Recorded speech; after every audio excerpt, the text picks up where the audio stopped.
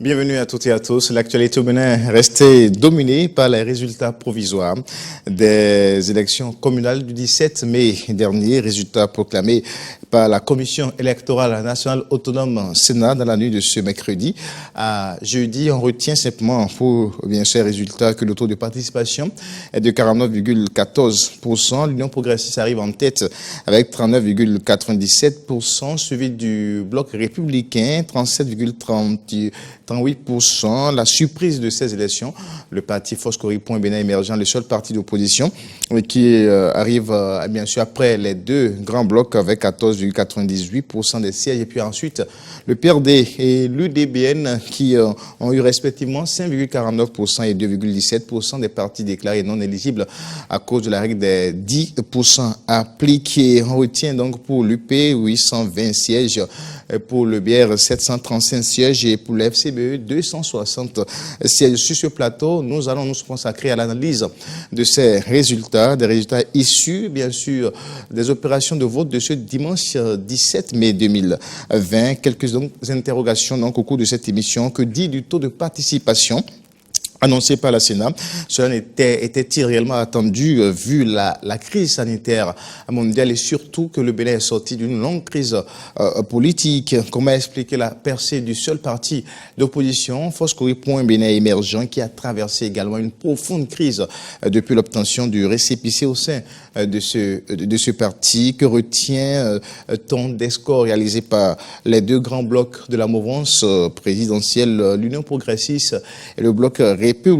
Ce sont là un peu les interrogations qui seront donc au cœur de ce plateau spécial décryptage après résultats provisoires des élections communales et municipales au Bénin du 17 mai 2020. Et pour faire le débat de trois candidats, et bien sûr sur les 7 différents premières listes déclarées donc admis, qui ont pu avoir les sièges et qui ont été tous d'ailleurs élus dans leur localité pour représenter les Foscori.Bénin émergents sur ce plateau.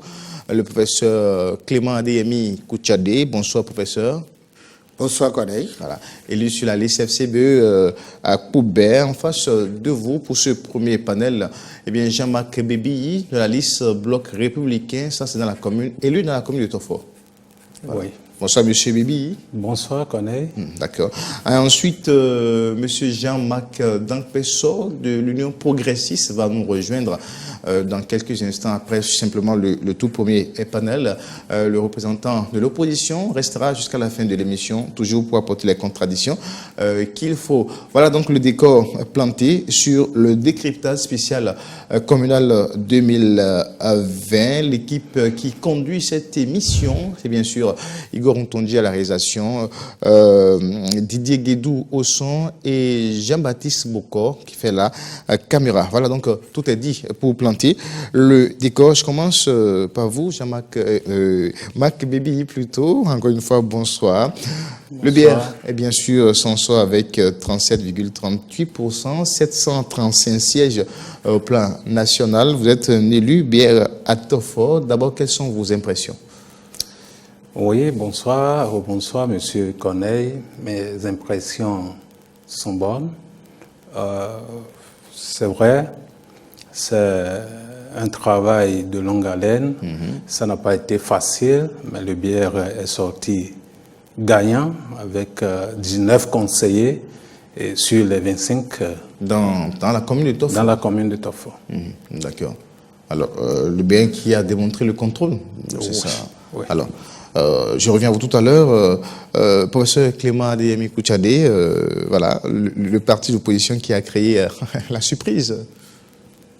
Non, je ne crois pas que ce soit une surprise, puisque tout le monde sait que la FCBE reste le premier parti national. Et que... National, vous? Bien sûr, c'est le premier parti national. La preuve, c'est que vous aviez vu l'Union progressiste après les dernières élections législatives. C'est juste de l'épouvantail et vous voyez le taux de participation. Ceux qui n'ont pas voulu participer aux élections restent toujours ceux de l'opposition et ceux, foncièrement ceux de la du parti FCBE. Et donc, je pense que... Vous continuez à affirmer que la FCBE reste la première force politique. Ah oui, la première force politique. La preuve, c'est que, vous voyez, nous avions des représentants un peu partout et nous avions fait des scores assez acceptables un peu partout dans le pays, ce qui n'a pas été possible pour certains partis. Mais je pense que la FCBE reste toujours la grande force nationale. Et là, je suis tout à fait conscient que nous avions subi beaucoup de traumatisme depuis un certain moment et nous sortons à travers cette élection de ces coups. Et je pense que au fur et à mesure que nous allons évoluer dans le temps, nous allons prendre un peu plus de volume et nous allons étonner. Alors, en attendant d'entrer de vivre dans les analyses, on commence par le taux de participation, 49,14%, Marc Bébilly. Cela n'était vraiment pas, en tout cas, attendu selon plusieurs observateurs, à cause de deux paramètres. Je l'ai annoncé dans l'introduction, la crise sanitaire mondiale et ensuite la grosse crise politique que le Bénin a traversée depuis les dernières législatives. Quand on sait que le taux de participation a été un peu faible à ces élections d'avril 2019, on tournait autour de 27, moins de 30%, 27%. Et pour l'opposition en ce moment qui parlait des chiffres de 10% et autres. Alors, tout dans ce contexte un peu tendu, on ne s'attendait quand même pas à avoir 49,14%. Il y a eu beaucoup d'engouement. Oui, c'est vrai, c'est un taux satisfaisant. Ce taux est plus ou moins prévisible car il s'agit des élections à la base. Et puis, les Béninois sont très regardants dans le choix de leurs dirigeants à la base. Oui, c'est une élection qui se déroule entre des gens qui se connaissent pratiquement. Donc, c'est pas une surprise. C'est pas une surprise. Je pense que la pandémie n'a pas trop joué sur le taux de participation par rapport aux élections communales. Mais on a vu le jour du vote, le président Patrice Talon qui a d'ailleurs fait un appel aux Béninois qui demandaient de sortir pour voter. On a entendu plusieurs personnalités également. Au sein du bloc républicain, comment ça a été fait? Vous avez aussi eu des stratégies pour vous faire sortir les électeurs? Oui, vous savez, chez nous, au bloc républicain, c'est d'abord la sensibilisation. Oui. Puisque c'est des campagnes de proximité, on profite en même temps pour sensibiliser les gens à sortir pour aller voter, puisque c'est de ça qu'il s'agit. C'est d'abord un devoir citoyen. Et donc, nos populations ont compris que c'est par les urnes ils peuvent exprimer leur devoir, leur volonté. D'accord. Alors, professeur Adem Koutiadé, comment expliquer ce taux? Il y a eu quand même un engouement, alors que cela n'était pas forcément attendu. Merci beaucoup. Je ne crois pas que ce taux soit véritablement un taux où on peut recevoir des félicitations. À mon avis, c'est toujours des chèques par rapport à la démocratie, parce qu'à 49%, je ne crois pas qu'on peut s'enorgueillir. Ceci est dû à plusieurs facteurs. C'est vrai que pour les élections à nomination passées, on était à près de 10%. Pourquoi vous parlez encore d'élections à nomination? On était à 10%. Permettez-nous d'avoir quand même... Mais c'était passé. La crise l'a dépassé. Mais écoutez, nous sommes démocrates, mais nous ne demandez pas de ne pas nous rappeler de ces faits-là, parce que tout le monde sait comment ça s'est passé. Et donc, à ce niveau, on était à environ 10%. Et aujourd'hui, ça impacte quand même beaucoup de personnes. Ça fait près de 3 000. Pas 10%, 27%. Bon, écoutez, je pense chiffres officiels que moi, je m'étale sur ce qui s'est passé chez moi, et donc je tournais autour de 10%. Et donc, aujourd'hui, je suis passé à près de 51%. Ça veut dire que première chose, ça impacte beaucoup de personnes. Avant, c'était 83 x2 x2, ça fait quand même le nombre que vous voyez. Et actuellement, ça fait près de 3650 x 5. Ça fait quand même beaucoup de personnes, dont chacun devait faire un travail pour sortir ses vis-à-vis et pratiquement ses alentours. Et donc, à ce niveau, il y a eu un peu d'engouement, ce qui a fait monter un peu le taux de participation. Mais il faut se dire, contrairement à mon vis-à-vis, que le corona en a été pour beaucoup, parce que mais il y en a qui sont toujours dubitatifs par rapport aux chiffres avancés par le gouvernement et que là, ils ne veulent pas se faire prendre inutilement par cette maladie pour un vote qui, pour eux, n'a peut-être pas d'intérêt, parce que certainement les plus proches n'y participent pas. Vous savez que 4 partis ont été totalement laminés, enfin, ou bien 5 partis, je ne sais pas. 4 partis étaient déjà laissés au carreau, alors que ceux-là avaient déjà des candidats. Et en dehors de ça, vous voyez tout ce qu'il y a eu comme avalanche de critiques par rapport à l'opposition que nous sommes, alors que beaucoup étaient déjà proches de l'opposition. Donc, tout ça aussi n'a pas permis aux gens de sortir. Mais vous n'êtes pas sans savoir aussi que à travers cette maladie, nous n'avions pas le temps de faire la campagne. Une campagne électorale, ce n'est pas forcément avec 10 personnes que ça se passe. Et les populations sont obligées de nous appeler. Il faut venir nous voir. On a besoin de vous écouter. Il y a tellement d'intoxications qui se font autour de vous. Il faut venir nous... Mais on n'a pas pu passer chez tout le monde. Et ça a été véritablement un gros problème au point où les populations disent mais tant qu'on ne va pas vous voir, on ne peut pas. On ne peut pas sortir parce que la campagne médiatique seule ne pouvait pas régler le problème. Et malheureusement, on nous a contraints à cela. Et mieux, tout ce qu'on a voulu dire, ça a été caporalisé par l'organe qui gérait cette communication. Mais malheureusement, c'est tout ça qui, mis ensemble, n'a pas permis aux gens de sortir. Et donc, dès à 12 heures, chez moi, j'ai compris que nos populations ne sont pas sorties et le résultat a été en faveur de ceux qui ont passé tout le temps à faire la campagne. Vous n'êtes pas sans savoir que à un mois des élections, tout ce qui est asphaltage a été porté en relief tout le temps. Heureusement, ça n'a pas marché chez moi parce que je n'en ai pas. Donc voilà, je peux vous dire que tout ça, c'est tout un... on pouvait déclasser, on pouvait déplacer cette élection. Attendez la fin du mandat, ça viendra certainement. Écoutez... il reste encore quelques mois. Bon, mais comme on est avec un gouvernement qui planifie tout, j'espère que j'en aurai. D'accord. Alors, tout à l'heure, je vous ai entendu parler de nominations lors des dernières élections, les élections législatives, mais tout au moins pour ces élections-ci, vous êtes d'accord avec nous que ça s'est passé dans les conditions? Je ne saurais le dire, puisque il y a toujours... Vous êtes quelque peu rassuré par rapport à ce... écoutez, avec cette guéguerre de dernière minute entre la Sénat et la Cour suprême, ça nous inquiète. Parce que le mode de calcul continue de nous inquiéter.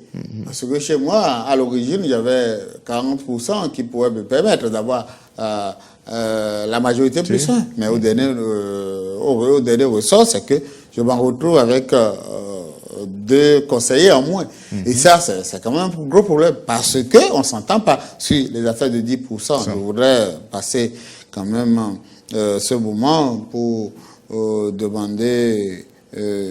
pour présenter vraiment les excuses de la nation aux 2 partis qui, malheureusement, ne seront plus avec nous pendant 6 ans. Et même si, en 2023, ils peuvent participer aux élections législatives, je peux vous dire que c'est vraiment dommage qu'on en soit arrivé là et que des partis qui existaient depuis fort longtemps vont peut-être quitter la scène nationale pendant longtemps parce que ne seront plus dans aucune instance qui gère la nation, c'est dommage. Donc, effectivement, il y a un gros problème aujourd'hui. On ne sait pas vraiment le mode de calcul et il faudra vraiment qu'on statue là-dessus. Et donc, ces lois chrysogènes qui ont été votées de façon noctambule, c'est à cela que ça nous amène. Et je pense que nous devons faire en sorte que ça se corrige. C'est pas normal qu'on continue avec ces lois qui, véritablement, n'ont pas été bien pensées. Et je pense que nous nous avons encore la possibilité de tout changer parce que c'est pas normal.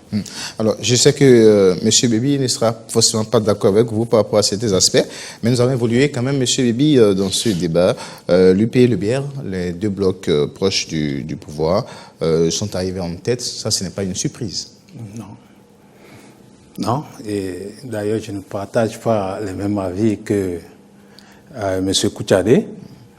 Les scores des deux blocs révèlent la légitimité du Parlement en place. Oui. En outre, à travers ces résultats, le peuple béninois se montre en phase avec les réformes du président Talon. Ça traduit l'adhésion populaire autour. C'est bien cela ce que vous voulez dire. Oui. Ça fait plus confiance au pouvoir en place, oui, c'est ça. Oui. Parce que, vous savez, c'est une carte blanche donnée au président Talon. Oui. Parce que le peuple béninois donne l'occasion au président Talon de poursuivre ses réformes. Et puisque, vous voyez, aujourd'hui, le système partisan, les 10%, et ça a fait que des partis ont été recalés, et c'est ça qui prouve qu'on peut encore mieux faire. Qu'on peut encore mieux faire parce que avant, c'était des centaines de partis et qui, vous savez, on n'arrive même pas à gérer les contentieux jusqu'à la fin du mandat. Mais aujourd'hui, c'est un peu, câblé. Mais quand vous disiez tout à l'heure que, à travers les résultats, c'est vrai que les deux grands blocs sont arrivés en tête, qu'on sent l'adhésion autour des réformes, mais là on joue sur 49% de participation. Pensez-vous que avec une sortie, avec plus d'engouement et une participation plus accrue de la population, est-ce que la carte sera toujours pareille? Oui. Comparativement aux élections législatives, c'était 27% de participation. Aujourd'hui, nous sommes à 49, quelque chose %. C'est très important. C'est très important. Et puis, on sent l'adhésion de la population autour, puisque d'ici quelques années, il y aura une adhésion totale. Totale. Mais cette réalité semble forcément ne pas dire forcément ce que vous dites sur le terrain. Est-ce que c'est pas parce qu'aujourd'hui c'est l'UP, le BR, voilà, c'est le pouvoir en place, donc il y a une ruée aujourd'hui vers, parce qu'on en connaît des partis dans ce pays qui, parce que le leader est au pouvoir, il y a une ruée, et puis après, quand c'est fini, c'est que c'est fini. Est-ce que ce n'est peut-être pas ça aujourd'hui, parce que oui, parce que c'est le pouvoir, nous sommes aux affaires, est-ce que c'est pas peut-être ça? Non, c'est pas. Vous savez, c'est des élections de proximité. Les deux partis ont mouillé vraiment le maillot sur le terrain. Les deux partis ont mouillé vraiment le maillot sur le terrain. Et il s'agit aussi du positionnement des candidats. Et parce que dans les localités, on se connaît, presque tout le monde connaît chacun. Les candidats sont élus au sein de leur population.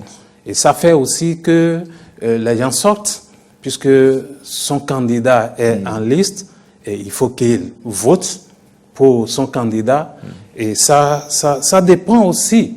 Ça dépend aussi de la campagne, de comment le candidat ou les candidats ont pu sensibiliser leur population. Puisque les 49%, c'est sur le plan national. Et si vous rentrez en détail, il y a 57%, et 80% chez moi, c'est aller jusqu'à 60 et quelques %. C'est très important. Alors, que dites-vous alors maintenant du parti d'opposition Foscori Pomina émergent? Oui. Vous avez été surpris du score? Non, pas une surprise, parce que vous n'êtes pas sans savoir que la FCBE, c'est un parti qui, quand même, a déjà 12 ans de choses là, et la FCBE a géré la chose publique ici, et vous savez, c'est un parti qui est représenté dans tout le Bénin. Donc pour moi, c'est pas une surprise.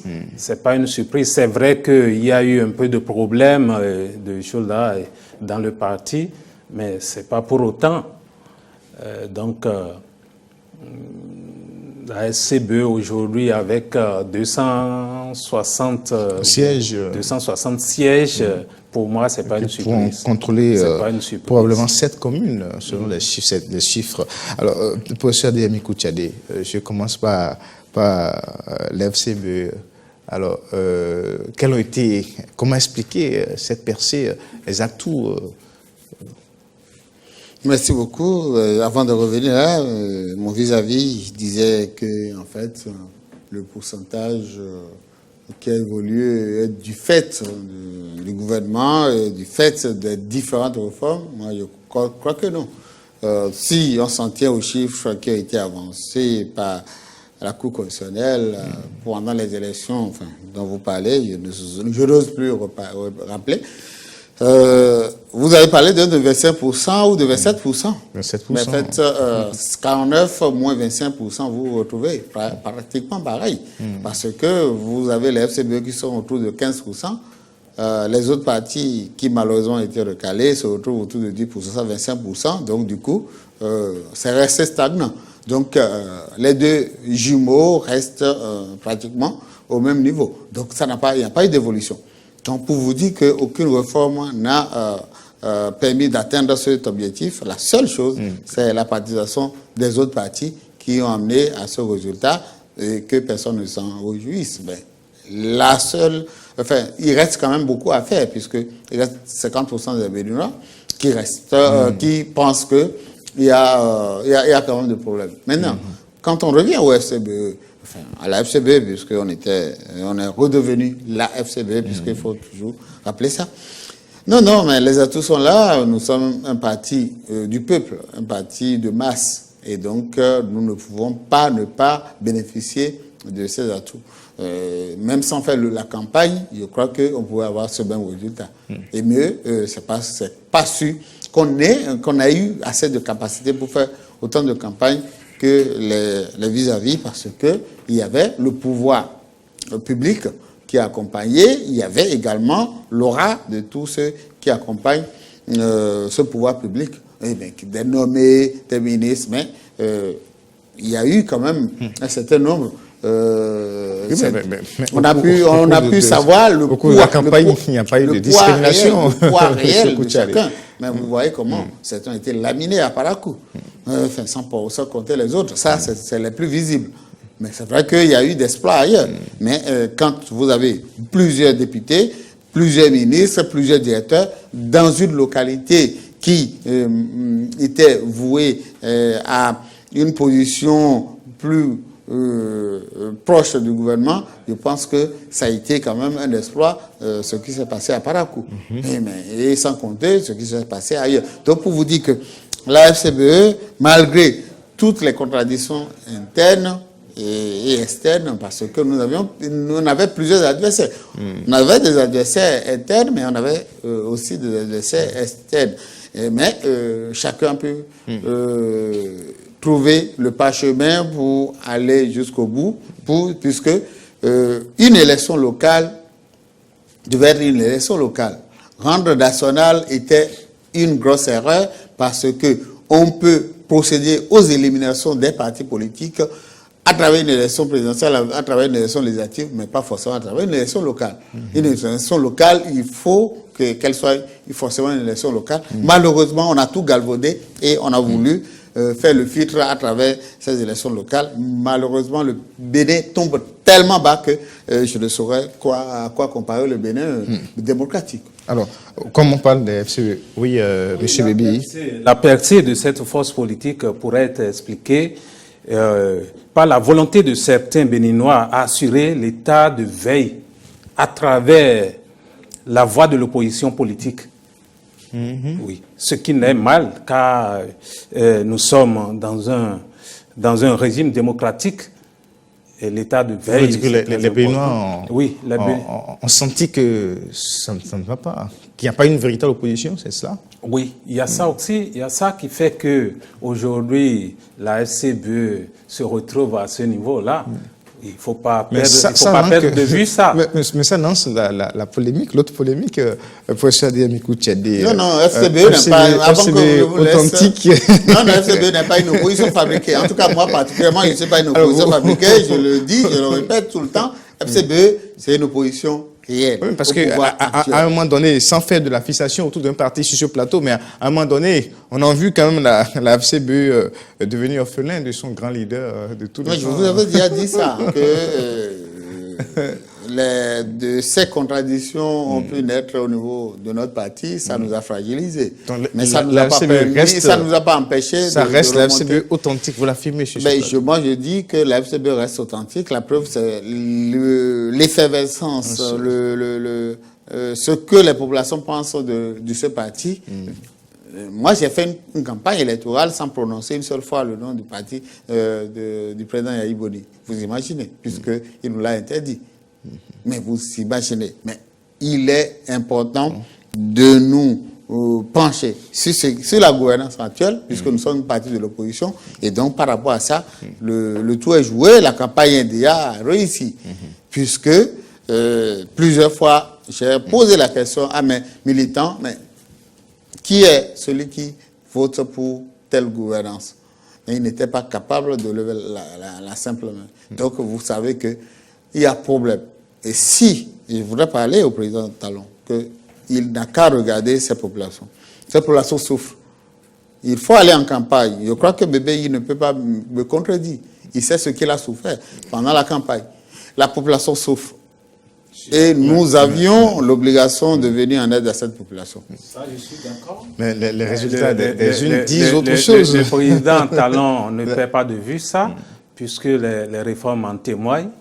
Et vous n'êtes pas sans savoir. Ces réformes ne sont pas sociales et c'est ça que nous pensons que nous devons rectifier.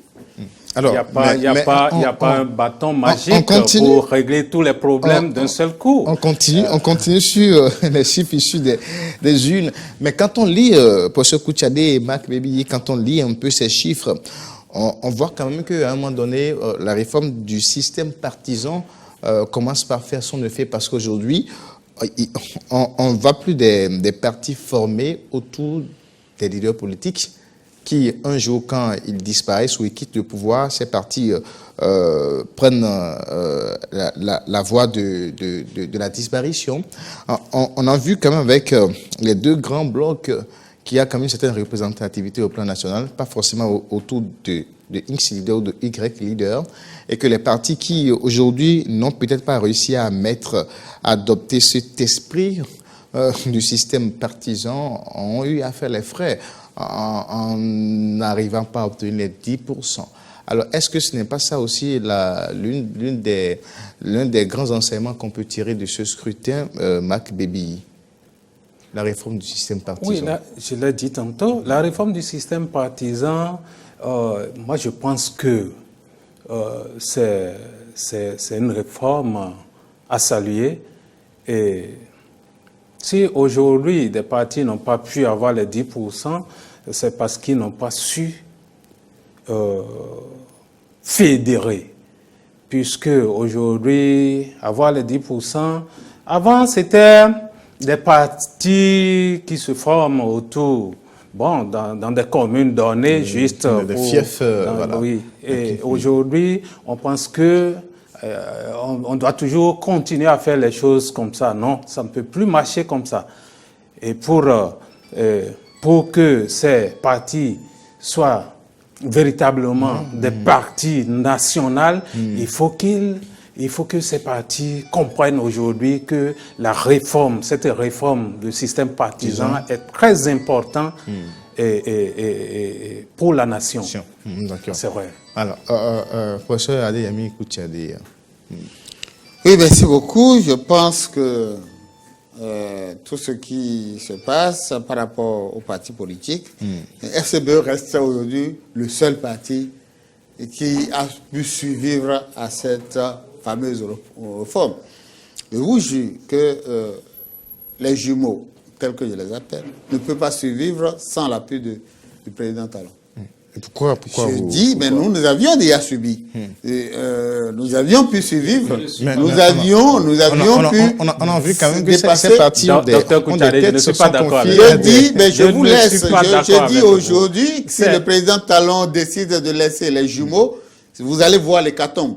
La preuve, c'est ça. Mais nous sommes les seuls partis qui avions au sein de ces partis, on ne voit pas forcément l'influence du PR. Vous imaginez la cacophonie d'ambition. Vous imaginez la cacophonie d'ambition. Ça se passe aujourd'hui. Je ne suis pas sûr que M. BBI va me dire que au sein de son conseil communal qui va être installé, qu'il n'y a pas plusieurs candidats. Il n'a qu'à me confirmer.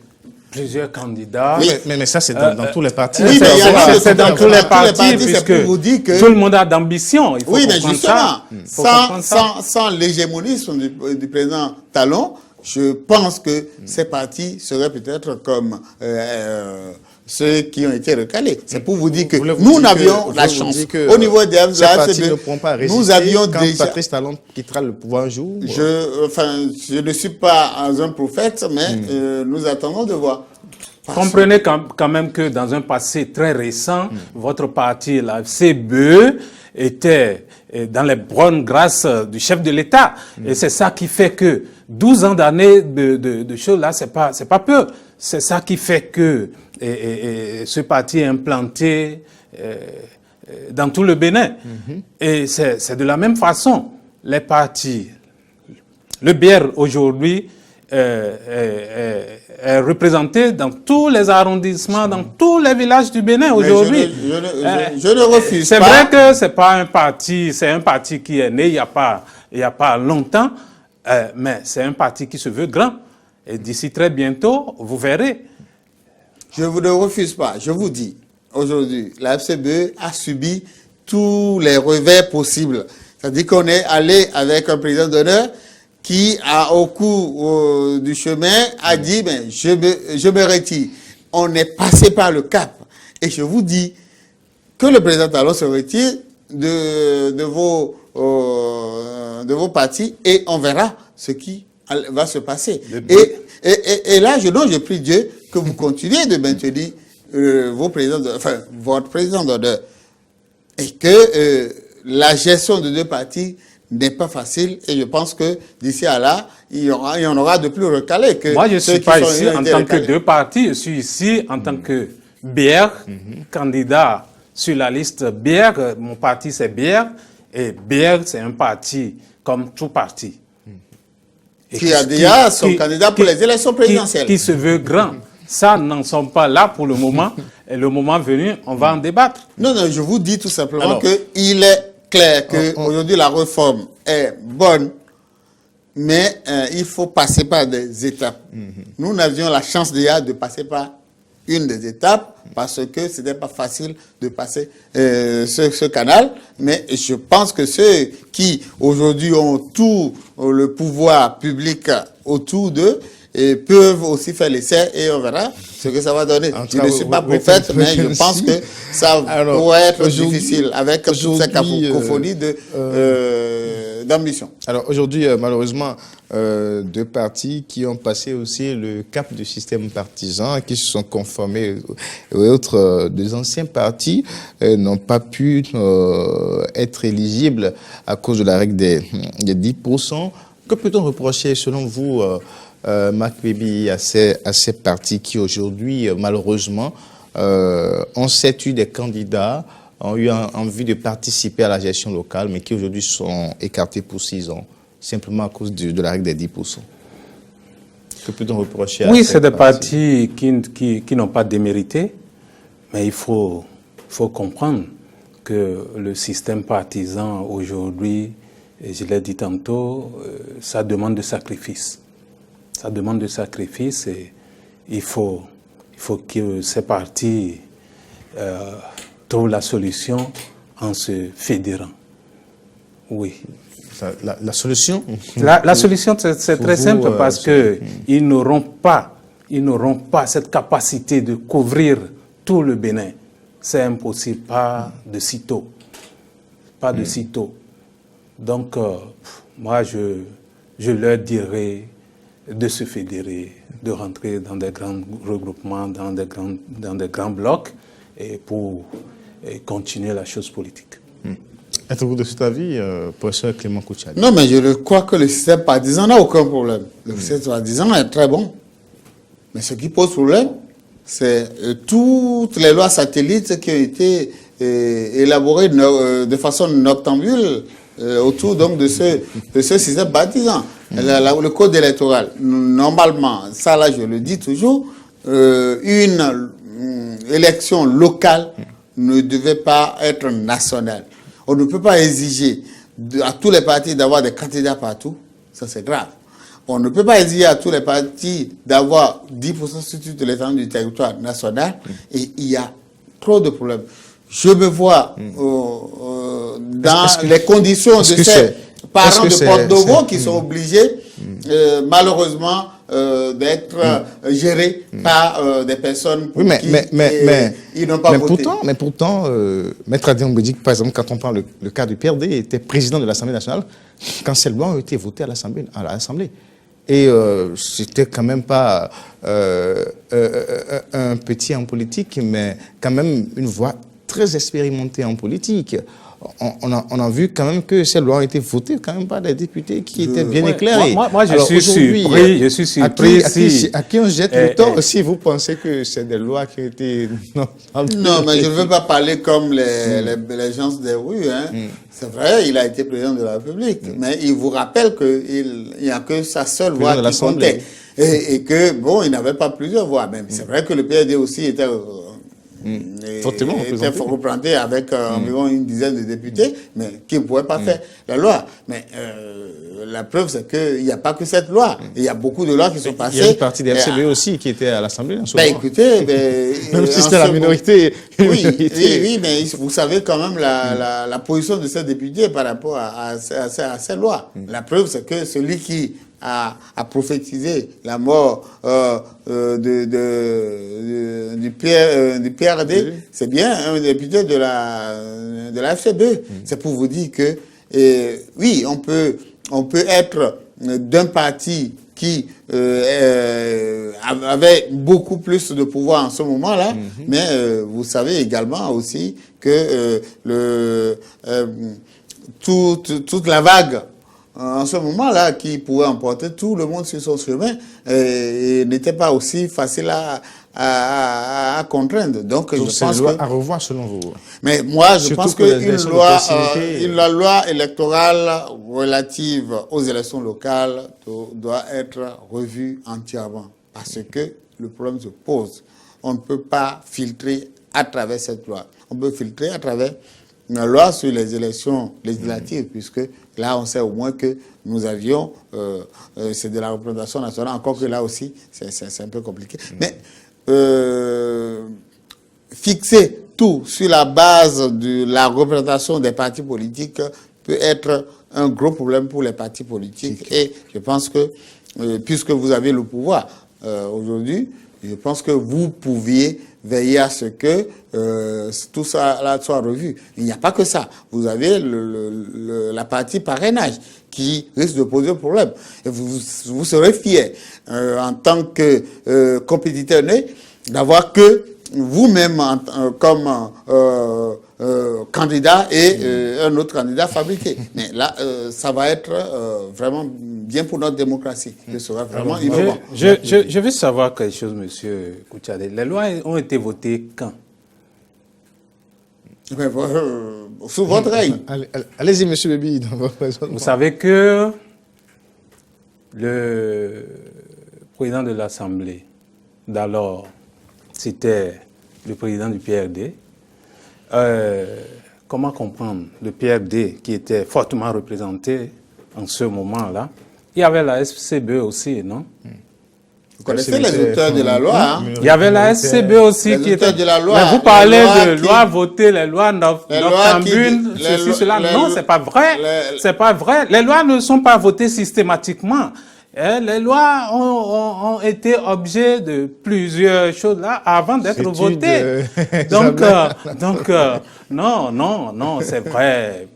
Vous êtes dans votre position de le dire comme ça. Mais est-ce que vous êtes d'accord aujourd'hui que, notamment concernant l'organisation des élections, à la base, comme les élections locales et autres, il est question aujourd'hui de revoir la loi, surtout l'application des 10%? Non, moi je ne vois pas ça comme ça, les 10%. Malgré les 10%, la FCBE est sortie aujourd'hui, non? Hein? Mais lors des législatives, puisqu'il s'agissait de récépissés ou autres, et puis ils n'ont pas fait chose là. Mais maintenant qu'ils ont leur récépissé, ils sont sortis, non? C'est parce qu'ils sont un parti, la FCBE est un parti national. Et c'est de ça il s'agit. Permettez quand même que les autres partis se mettent au pas pour que vive notre démocratie. C'est très important. D'accord.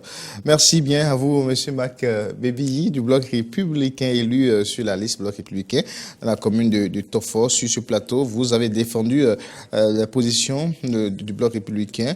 En tout cas, c'est le plateau consacré à l'analyse des résultats provisoires donnés par la Sénat qui donne le Bloc républicain avec 37,38%, juste derrière l'UP, 39,97% et les forces Point Bénin émergents, 14,98%. Nous allons donc vous permettre de vous retirer et installer Jean-Marc Dankpesso de l'Union progressiste qui va continuer le débat avec le représentant des forces Point Bénin émergents sur ce plateau de décryptage spécial et bien sûr résultats provisoires des élections du 17 mai programmées par la Commission électorale nationale autonome au Sénat dans la nuit de ce mercredi à jeudi.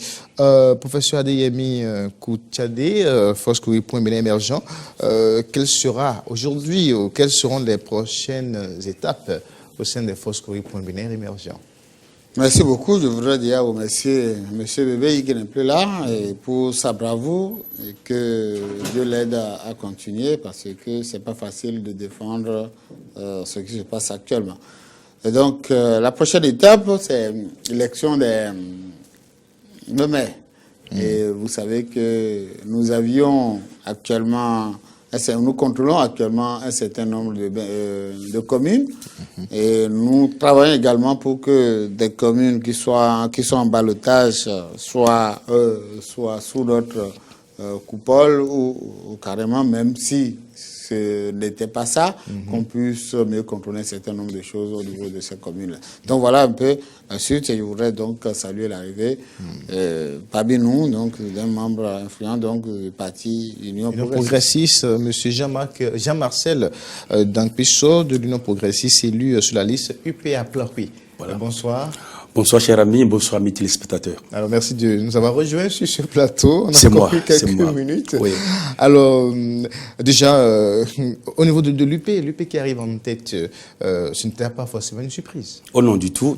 Ce n'était pas du tout une surprise. D'abord, je présente les excuses à nos téléspectateurs.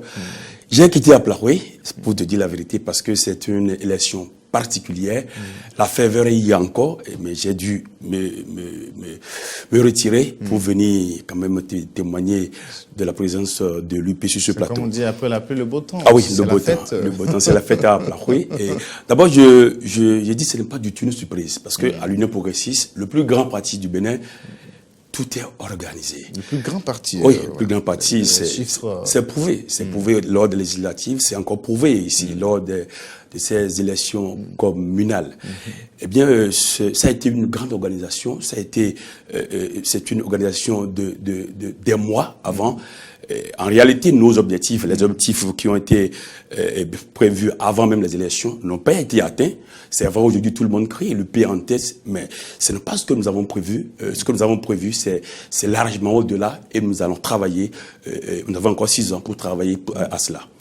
Est-ce qu'aujourd'hui, ces résultats avec les grands blocs de la mouvance présidentielle, est-ce que ça traduit réellement l'ancrage, l'enracinement de des idéaux de ces partis dans le cœur des Béninois, ou c'est parce que c'est justement parce que c'est le pouvoir?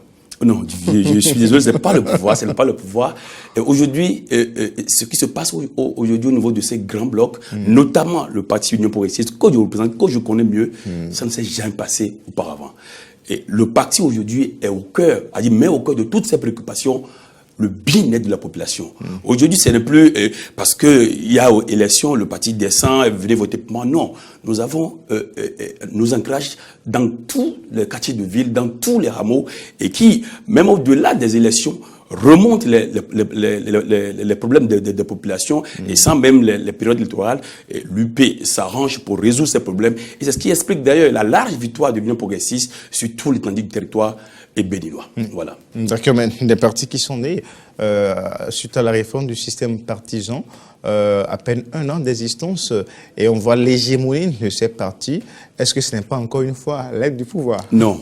Quand vous voyez l'Union progressiste, parce que c'est de ça il s'agit à mon niveau, vous allez voir que c'est plusieurs partis, plusieurs grands partis.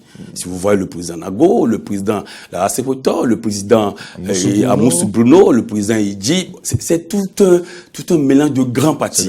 C'est un parti qui est né sur des reliques d'anciens partis qui déjà avaient une reliques d'anciens partis déjà réunis et qui ont déjà l'expérience du terrain, qui ont l'expérience de la population, des besoins de la population et qui ont juste mis aujourd'hui une certaine modernité dans la gestion du parti. Et c'est cela, les résultats sont là.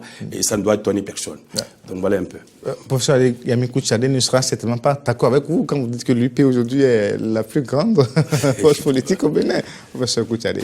Oui, ça c'est clair que je ne serai jamais d'accord parce que le plus grand parti reste la FCBE. Et quoi qu'on dise, la FCBE reste le plus grand parti national parce que avec tout ce que nous avions comme difficulté, nous avons pu passer ce cap et nous avions talonné ces partis jumeaux qui se trouvent sous le couvert de la gouvernance. Je le lis comme et là, vous me permettez, et là, quand on voit le pourcentage, ça fait 40% des 50%, moi, il s'est fait les calculs. Donc, c'est pas encore tout le Bénin qui est vraiment au cœur de la gouvernance du parti Union progressiste. Et donc, je pense que ils ont du chemin à faire. Et comme je le disais tout à l'heure, vous avez la couverture donc du pouvoir, vous avez tout le pouvoir public avec vous, et j'imagine ce que vous deviendrez sans ce pouvoir. J'ai dit ici qu'on a du chemin à faire. Et nous, notre chemin, c'est d'aller à 60 communes. Nous, notre chemin, c'est de travailler à ce que, pour les 6 ans à venir, et qu'on ait 60 communes dirigées par l'UP. Je donne le cas du Koufo. Du Koufo où je suis candidat au candidat. Très rapidement, parce qu'on a que quelques 5 minutes encore, monsieur. Parce que tout le Koufo est jaune aujourd'hui. Ça, vous ne le saviez pas. Tout le Koufo, de Dogbo à Plakoya, en passant par Koulikam, Toviklin et Lalo, tout est Union progressiste. C'est pas du hasard, c'est du travail, c'est de l'organisation. Et ça doit se saluer. Chez nous, par exemple, si vous prenez à Plakoya, dans les décomptes, c'est soit 100, soit 150 pour la FCB. Chez nous, il n'y a pas de F ni de C. C'est le jaune, en réalité. Et aujourd'hui, c'est avoir le Koufo seulement où toutes les communes sont aujourd'hui dirigées par l'Union progressiste, on ne peut pas dire que c'est un hasard. C'est du travail. Et nous appelons tous les partis d'ailleurs qui veulent, parce que nous on reste toujours ouvert, on reste toujours ouvert. Les FCBE qui trouvent que le travail qui se fait à l'Union progressiste les intéresse. Écoutez, vous êtes la bienvenue. Malheureusement, au niveau de la FCBE, nous avions fait du chemin et que pour l'instant, nous restons FCBE. Alors, nous allons rapidement un dernier tour de table. Professeur Adéami Kouchadli, Jean-Marcel Dampessor de l'Union progressiste. On a vu les observateurs qui ont fait le rapport et qui, j'aimerais juste qu'on insiste sur juste un point qui en réalité n'est qu'une crainte de ces observateurs qui craignent peut-être un pic du coronavirus après ces élections, même si les dispositions ont été fortement prises. Et puis, ce jour-là, constaté sur le terrain, Jean-Marc Dampessor, partagez-vous ces craintes de mission d'observation? C'est normal. Je ne sais pas si, si cette mission d'observation est venue à Diakotomé, est venue à Plahoué. Et nous, on a pris toujours des précautions. En venant ici, tout à l'heure, c'est vos collaborateurs qui m'ont enlevé les bavettes. Chaque fois que nous voulons rencontrer les populations, on envoie un lot de bavettes en amont pour que tout le monde se protège et on fait passer notre information. Au niveau des bureaux de vote, il y a toujours quelque part où il y a les bavettes. Vous venez, vous prenez, si vous n'avez pas. Encore que tous les conseillers, tous les conseillers, tous ceux qui travaillent avec l'Union progressiste au siège, dans Azoven, nous avons un lot de bavettes. Tu ne rentres pas sans bavette et tu ne sors pas sans bavette. Et du coup, au niveau de l'Union progressiste, nous avons quand même pris toutes les précautions. Mais écoute, une maladie reste une maladie et je ne peux pas jurer ici. Merci à vous. Clément Adéami Kouchadli, rapidement.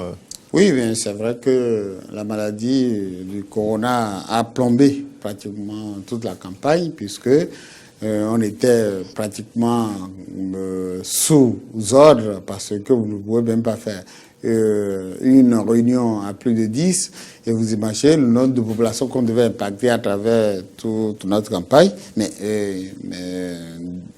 nous avions pu passer ce cap qui malheureusement a été fixé, puisque comme je le disais tantôt, c'était pas normal qu'on filtre à travers les élections locales. Je crois que Monsieur Jean-Marc ne va pas me démentir. Il sait bien de quoi il s'agit, puisqu'il se fait qu'aujourd'hui, c'est une bonne frange de population seront dirigées par des personnes pour lesquelles ils n'ont pas donné leur suffrage. Malheureusement, on en vient là.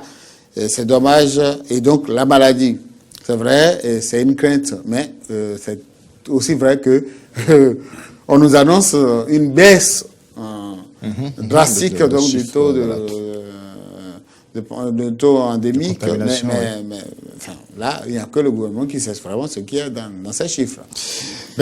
Merci à vous. C'était donc le plateau d'analyse des résultats provisoires des élections du 17 mai 2020. Mot de fin, monsieur Dampessor, mais vous l'avez dit tout à l'heure. Non, mais écoute, je suis venu en retard, même c'est une minute, j'allais dire. Alors, une minute, c'est beaucoup, déjà. Quelques secondes. Alors, moi, je remercie la population du Bénin, toute la population du Bénin, toute la population du Koufo, et en particulier la population d'Aplahoué, qui, malgré toute l'attention, monsieur a parlé de partis jumeaux, et ce n'est pas du tout vrai, malgré toute l'attention qui a régné dans ces élections, on est sorti gagnant. Je remercie tous les dirigeants de l'Union progressiste, la directrice administrative qui était dans tous les combats. Je remercie le président Bouramoussou, je remercie l'honorable Richard Alossorou, le ministre Romeki, pour tout le travail qui a été fait. Et aujourd'hui, le Koufo jaune. Merci. C'est tellement le président Talon aussi, non? Et maintenant le Je voulais lui rappeler qu'il n'a pas osé remercier le président Talon, le grand leader, qui reste quand même le président d'honneur. Écoute, le président Talon, c'est le président de tous les Béninois. Je ne peux pas me demander de remercier alors que je représente l'Union progressiste le ici. président Talon pour avoir quand même organisé dans la discipline, la technicité, dans toute la rigueur, ces élections communes. Mais en défaveur des partis de l'opposition. Ah non, je suis désolé. Alors, merci, ça fait juste un rebond. Donc là, un mot de fin, rapidement. Non, mais je pense que, à mon tour, comme chacun doit aller chez lui, je remercie toutes les populations du plateau, et principalement celles de Paubert qui ont bien voulu faire confiance à un parti qui a été tout le temps vilipendé, notamment le parti FCBE, et que le meilleur reste à venir. Merci. Merci à vous. On lit à travers ces résultats provisoires, en tout cas pour le moment provisoires, donnés par la Sénat, à l'issue de ces élections communales du 17, mais qui a quand même une certaine opposition, une opposition silencieuse qui s'est révélée. La force Corée Point Bénin émergent.